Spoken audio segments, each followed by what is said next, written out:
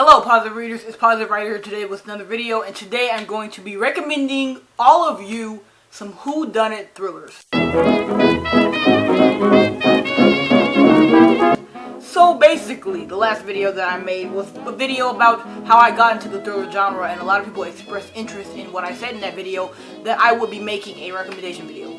So, I am here now with one. This is the first one I'll be doing. I have a list of other ones that I want to do, and I have read so many thrillers that I'm so ready to dish out these lists and give you guys good recommendations, because thrillers are great, and you guys deserve to know which ones are really great. So, a whodunit thriller is described as a story or a play about a murder in which the identity of the murderer is not revealed until the end. And I go further and say that I would liken a whodunit thriller to being something more about like maybe a group of people, and then somebody is a thriller, and somebody's the murderer, but no one knows who that person is. So there's a group, somebody dies, and nobody knows which of the people who died is the killer. Those are my favorite whodunits to read, and those are a lot of ones that I have read, so I want to recommend those to you guys. If you want some more whodunit thriller recommendations, leave that in the comments. I'll definitely like to do one more, because I like to read those, and I would love to read more in the future to tell you guys about which ones actually are great. But without further ado, I kind of just want to jump into this because I have a significant number of thrillers on this list. I'm going to be telling you all about what they're about and why I like them and why they're great whodunits. The first book on this list is Those People by Louise Candlish. This book was amazing. It's about this neighborhood, and it starts off because one of the neighbors died. And this neighbor was not somebody who was well liked by the others in the neighborhood. And it flips back and forth, the timeline flips back and forth between after the murder and then before, and basically leading up to the murder. And I love those type of books. I love those type of thrillers when they start off at the end basically, and then they lead up to the end so we find out what's actually going on. Those are my faves. But this one, that's what it's about. And basically they go from the time where he moved into the house and then to the time where he died. And so you guys should definitely read this. I think it was amazing. It was 5-star read for me. I'm pretty sure I put it on my favorite books of last year list because it was really funny while also being really thrilling and jarring, and I really wanted to know what's going to happen, and I didn't know, and I don't even remember the twist. I read a lot of these last year, so forgive me if I don't remember a lot of them, but I know that they're good because I put them on this list and I talked about them multiple times on this channel. So definitely read this. The fact that I don't know the ending means that it's not important or lost on me at all. It was just that good that the way that they wrapped it up was kind of just like a, oh my god, you know, I'm just kind of lost. But definitely read this. I definitely recommend it if you want a whodunit. Nobody knows who killed this neighbor. Whole neighborhood is against him though, so I think that this story was very, very nice. It's from the point of views, I'm pretty sure, of all the neighbors.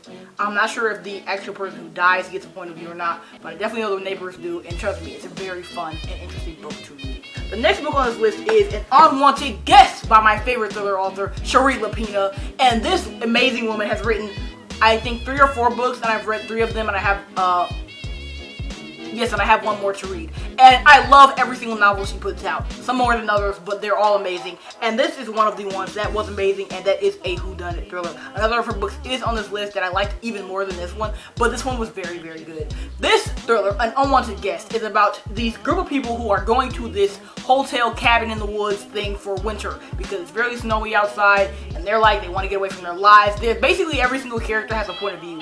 And basically they talk about why they're going there, and you get to find out why everybody's going, what their kind of story is, but you don't really know the whole story until the end, and then you're still looking like, what?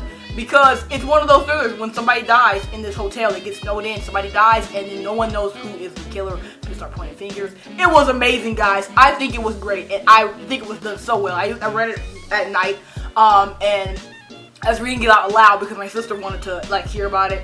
And it was just so creepy and great, and I was scared, and I was like, oh my god, I was terrified reading this book. I still remember some of the parts.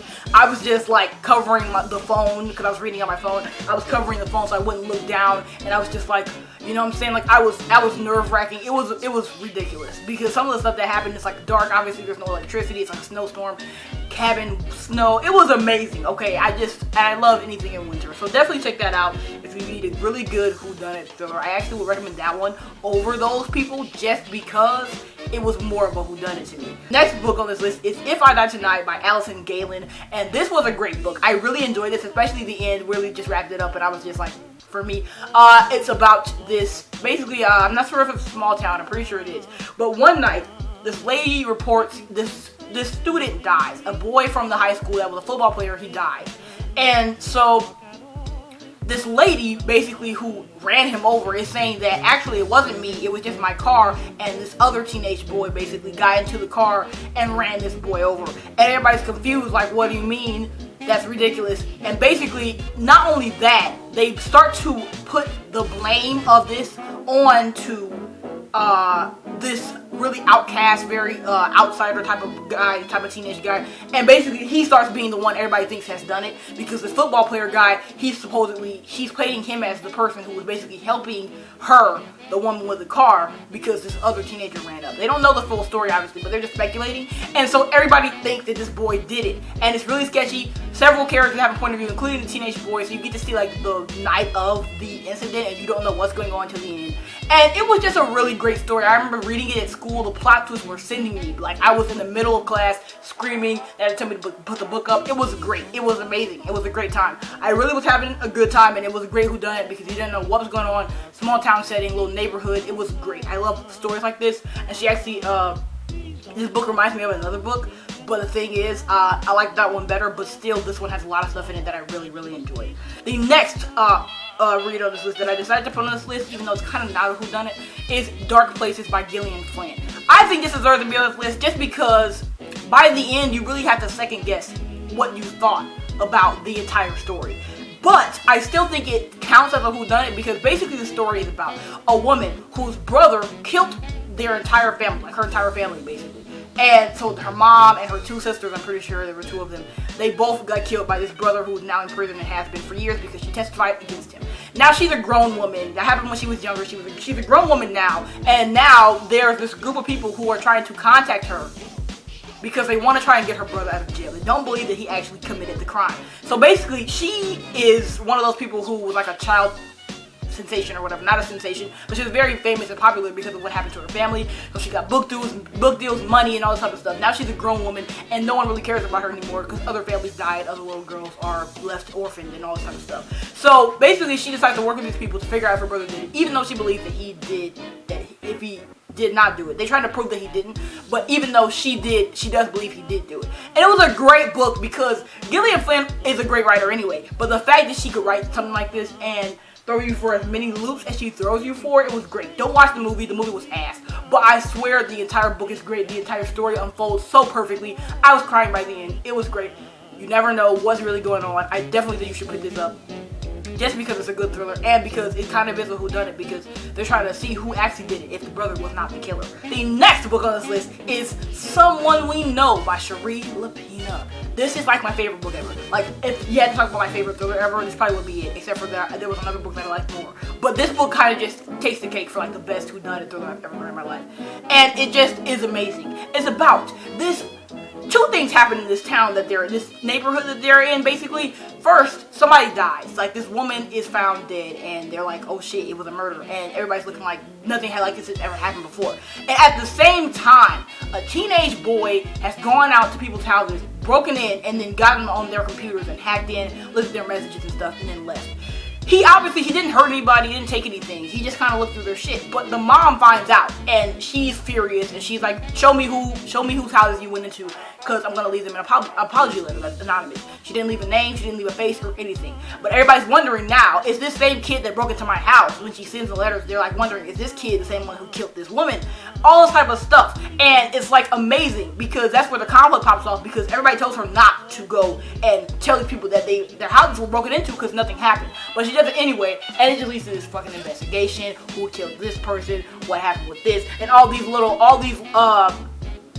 these freaking storylines start unfolding because it's a small town, it's a small neighborhood, and it's like, you know, everybody's secret starts coming out. It was amazing. When I say this book was amazing, I mean it. Like, it was so great. I can't remember if I cried or not. I'm pretty sure I did. But it was just so good. And if you need a good whodunit, definitely read this because there are two storylines going on at once, and you're trying to like wonder, do these converge in some way? You don't really know until the end, and you're still looking like, what the fuck? Trust me, Shari Lapid is like the best thriller author I've ever read in my life. She leaves you second guessing your whole existence at the end of it and wanting more of the story. So definitely read this book. I think it's the best one on this list, to be honest. The next book on this list is Sleep by C.L. Taylor, and this was a book that was not like my favorite book ever, but it was definitely good, and when I remember it, it was good. It's about this woman who is basically driving with some of her, I think, co-workers, and then she gets into a car accident because she looked away from the road.